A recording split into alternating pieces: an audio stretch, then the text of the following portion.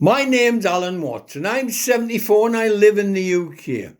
This is video number 113, so thanks again to everybody who viewed my previous videos on YouTube. AJ Watson 7091. There's some dirty, rotten scoundrels out there, so be careful when you make decisions at the front door. I've called this one, I Should Have Said No.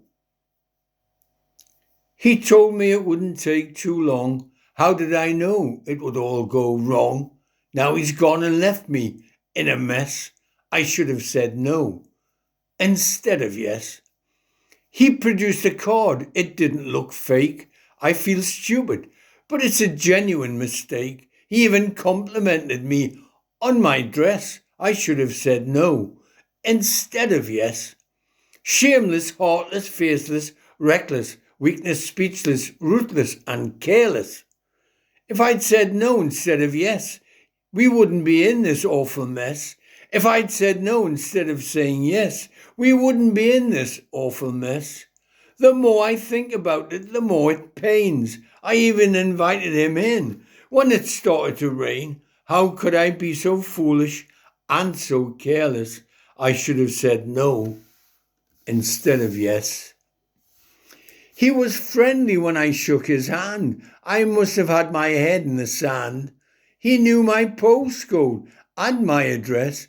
I should have said no instead of yes. Shameless, heartless, faceless, reckless, weakness, speechless, ruthless, and careless.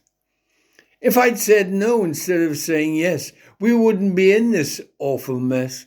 If I'd said no instead of saying yes, we wouldn't be in this awful mess. Friendly and polite, confident and cool. I realize now I was his puppet and fool. He wasn't in a hurry and he didn't press. I should have said no instead of yes. I'll call you, he said, telling another lie, opening the door and waving goodbye. How could I be fooled with more or less?